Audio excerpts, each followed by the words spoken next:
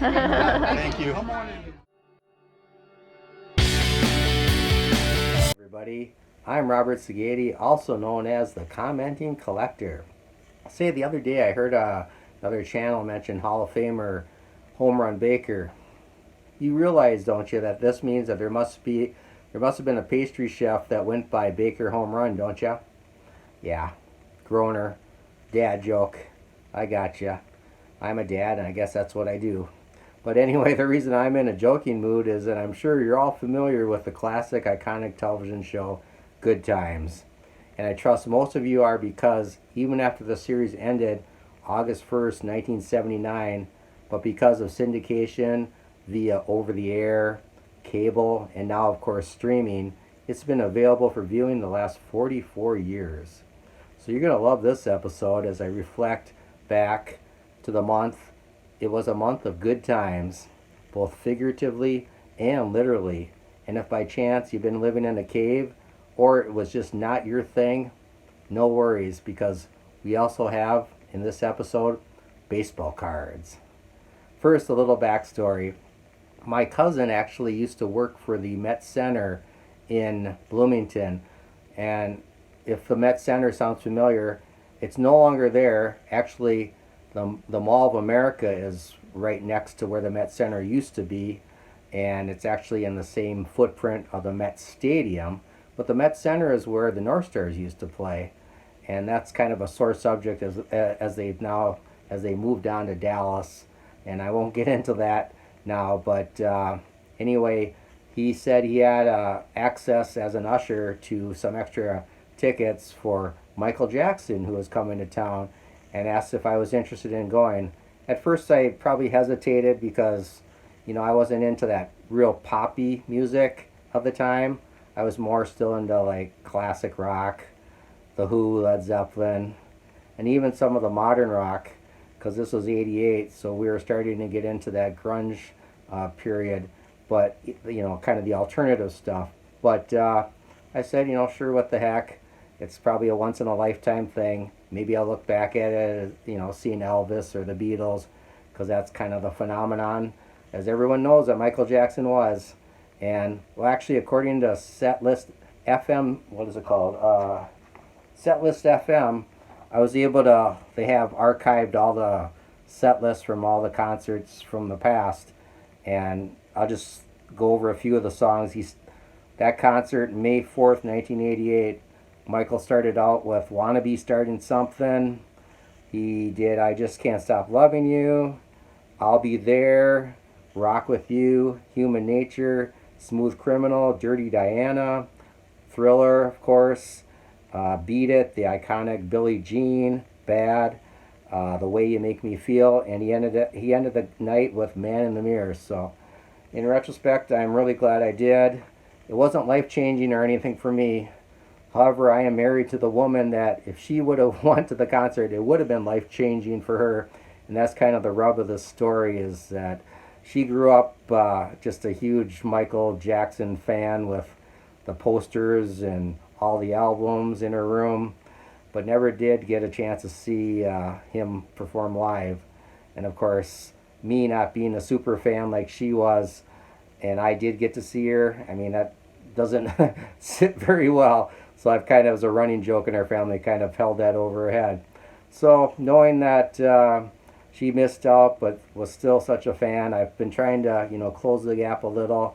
I actually got her a box of Michael Jackson wax pack, or actually not wax pack. Well, they are wax pack actually, as I look here. So I got her some cards. She opened them up, ripped them open, and these are, I think, all the the doubles that she had left. She took the singles and made up, I think she got a complete set out of it and put it in a 3-ring binder. So she really likes that. Of course, it's still not going to make up for not seeing Michael in person. So we did have an opportunity at the beginning of this month of June. Janet Jackson is doing her summer tour, and she came to the XL Energy Center. That's where the Wild play. And so I got her tickets for that, and we went because I knew that would be the thing that she would really enjoy.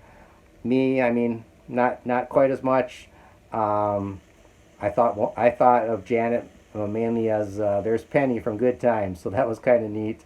I would try to show you a card, but Penny did not get on the Good Times show until 1977, and those cards are from 1975, so she was not yet part of that set. But anyway, Janet, for 57 or 58 years old, she was really still has the moves, and she played for about 2.5 hours, so it was actually a really good concert. Um, so we did that, and then about 2 weeks later, I got an email from a supper club that was having a comedy festival, and one of the headliners was, lo and behold, Jimmie J.J. Walker. So it's like, okay, this is fate or karma or something. We saw Janet, aka Penny. Now we get a chance to see Jimmie Walker. So we jumped at the opportunity, and I guess that brings us back to the shirt that I'm wearing. Uh, Here's the unopened Good Times pack. And what's funny about this is on the back of it, they actually have that shirt. That's basically that Jimmie Walker was after his set was selling for $25 with a signature. He personalized mine and put the JJ on there, which I really enjoy because he still embraces the character. And then I got a photo with him. And I actually got something else signed. You know, I had brought this pack, and I could tell you the story, but he did not. I did not get a chance for him to sign this. But I will show you as I flip the camera around another item that he signed. I'll be right back. Okay, welcome back. I've got the camera flipped around, and just a quick callback on this Good Times unopened pack from 1975. I brought it to have Mr. Walker hopefully sign it, and even better if he would open it, and maybe he could pull himself and get that on video. But unfortunately, that didn't happen. We were in a line, and there was a long line, and Mr. Walker wanted to get through the line as quickly, I guess, as possible. So again, I had my shirt signed, and I'll show you in a second the other item I had signed. Unfortunately, he did not sign this, although Mr. Walker picked it up and he kind of shook it and he goes, "Hey, you know the gum's broken in here, don't you?" And I'm like, "Yeah, but what does that matter?" But anyway, I guess it was pretty funny that he mentioned something about the gum being broken. So the other item that I did have signed was that I brought this Dynamite magazine. And if you're a person of my age, probably in their 50s or late 40s, this magazine might ring a bell. If not, it was kind of one of the big kids magazines back in the day. And I did order this off of eBay in anticipation for the signing. And lo and behold, he did sign it nicely. Jimmie Walker, and of course he put the JJ there. And the cover is really cool as he's holding another Dynamite magazine, and he's holding another Dynamite magazine, and it goes on and on and on, kind of back in time. So, but the Dynamite magazine was actually founded by Jeanette Kahn, and published by Scholastic Incorporated.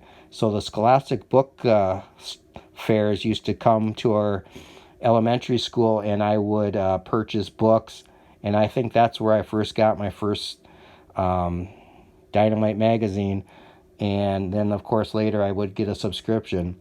But from 1974 until 1992, the magazine was available, and it changed the fortunes of the company, becoming the most successful publication in its history and inspiring 4 similar periodicals for Scholastic: Bananas, and I actually believe I did remember hearing about that magazine, but hadn't heard about Wow, Hot Dog, and Peanut Butter.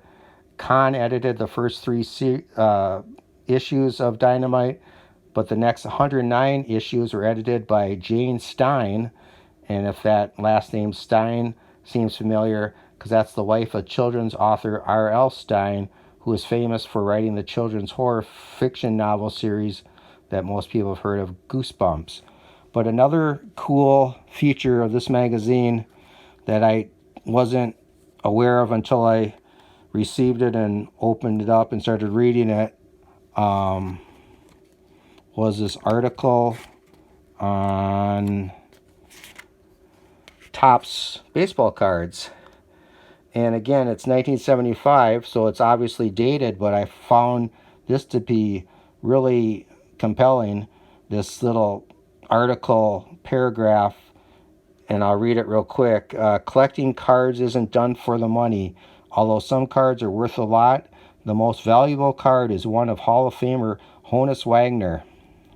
The Pittsburgh Pirates star had his face on a card that came with a cigarette pack way back in 1908. Honus didn't smoke and didn't want anyone else to, so he demanded that the company remove his card from circulation. Today, there are only 7 of these cards left, today being 1975, and each one is worth $1,500. You certainly won't see anybody flipping or scaling this one. And yeah, you won't see anyone flipping that. Like Chris Sewell says, where is that time machine? $1,500? Are you kidding me?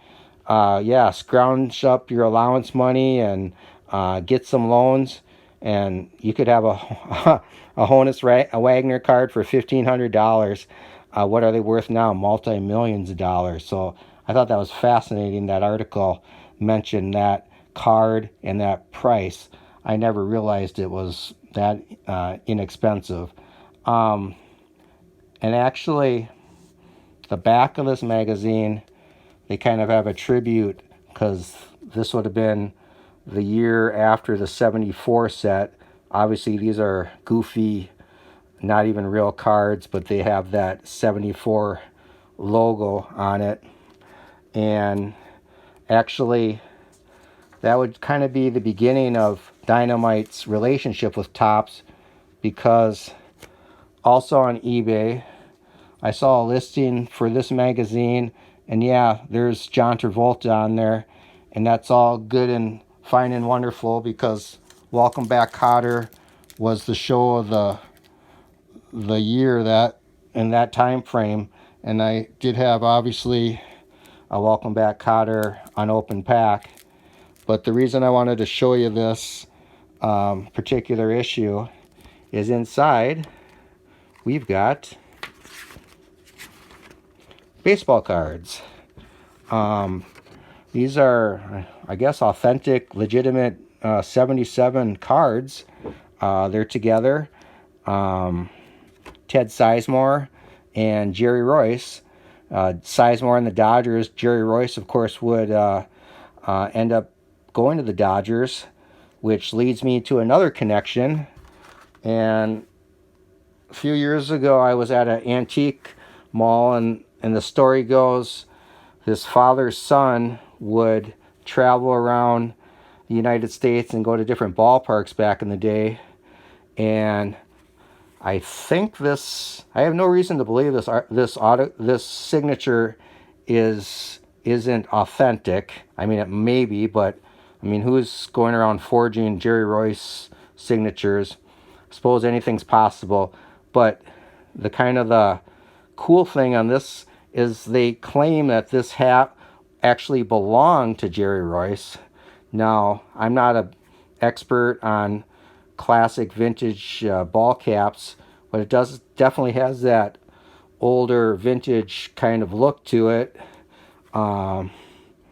It's a size 7 3/8. It's a new era 5950, and it's a diamond collection. So if anyone out there is more knowledgeable on baseball caps, especially like player owned or player worn, and they think, this is no way because this just doesn't jive with what would be authentic, or maybe it is. Either way, let me know in the comments. So there are also the back. And here's some big hitters. Louis Tiant, Terry Forster, who David Letterman once called him a big tub of goo. They had that little rivalry going. And then, of course, you got Freddie Lynn and Elias Sosa. So you got some nice cards, and these are in razor. These are like just great shape. So if you're interested, kind of a little diamond in the rough, go on to eBay and look for the Dynamite Travolta issue and see if there's cards in there, because they're not always cards in there. And I know for firsthand experience, because these were laying in my collection and I couldn't remember for the life of me where I got them. Well, now it all made sense, because I used to, as I mentioned before, be a subscriber to Dynamite magazine, and I apparently had taken these out of the magazine, and they are in rough shape, creases, but wow, Hall of Famers Tom Seaver and Lou Brock. So Jason Thompson actually in the day was actually a pretty good hitter, and Leroy Stanton for the expansion Mariners, he wasn't bad either. See, I'd drawn on him as a kid. There's creases, so there's no value except for sentimental value, but be on the lookout for Dynamite baseball cards. Just to highlight the Good Times pack, it's one of the fascinating things about trading cards is over time they become small cardboard time capsules. And this is actually from Cardboard Connection, so I'm just going to read it verbatim because I thought it was actually well written. Let a few years pass and there's likely something about them that feels off as trends have changed. Let a few decades pass and you might notice a cultural shift. Such is the case of the 75 Topps Good Times trading cards. On one hand, it's a look back at one of the most popular shows of the 70s. On the other hand, it shows just how pop culture is evolved. While it is possible the show still might be made today in an updated form, there's likely no way a series of bubblegum cards aimed largely at kids would have spawned from it. 75 Topps Good Times is based on the show that ran for 6 seasons, the mid-1970s, set in the Chicago projects. It is an unlikely setup for a sitcom that would have mass appeal, but it did. Jimmie Walker, Dynamite, became part of the pop culture vernacular. The trading card set has 55 cards to go along with 22 stickers. Cards used stills from the show along with speech bubbles. This allows for lots of jokes and one-liners. Backs take on a couple of different forms. Some are puzzle pieces that have abbreviated write-ups. Other cards have a TV icon and more lengthy text talking about the show and its stars. Stickers, which are inserted one per pack, take on a familiar design. They're die cut with a thick red border around the image. Unlike many of the Topps other stickers from the decade that had background designs, Good Times stickers are white. Stickers are not numbered. 75 Topps Good Times trading cards are a good reflection on the show. They also show their time today. It is unlikely such a show would be made to air, at least as something targeting families. As a result, some may be taken aback by the humor. It might not be politically correct today, but times were different in the 1970s, and these cards show that. This set holds solid values today. It doesn't have the mass appeal of some, like Star Wars or Charlie's Angels, but with reruns still going on TV, through streaming, and on DVD, it's going to be around for some time. So this pack, like I said, or like the article mentioned, was from 75. Janet Jackson, who played Penny on the show, didn't appear to 77, so you're unfortunately not going to find any the Penny Good Times cards in there. So lastly, just watch the credits as I'll overlay Jimmie Walker's actually closing remarks from the show that I recorded without video, as he was not keen on video recordings. But man, he had a great set. He still has the pipes. He's 75 years old. He's still doing it. And it was clean. He wasn't doing the Effenheimer every other word. It was, almost a family show, but it was great. So if he's ever comes to your town, I would highly recommend it. Again, enjoy. Look, I don't see anybody trying to break out of America, ladies and gentlemen. I see a lot of people trying to break in, I tell you that. That's right. This is not the divided states of America. This is the United States of America. And you hear people talk about this all the time. You hear people, when it comes to race, you hear people say, oh, I'm Irish American. Oh, I'm German American. Oh, I'm Polish American. Let me say this about that. Ain't nobody going back to wherever the devil you came from. So we need to get our black, brown, and white behinds together and cut all the crap right now, ladies and gentlemen. Jimmie J.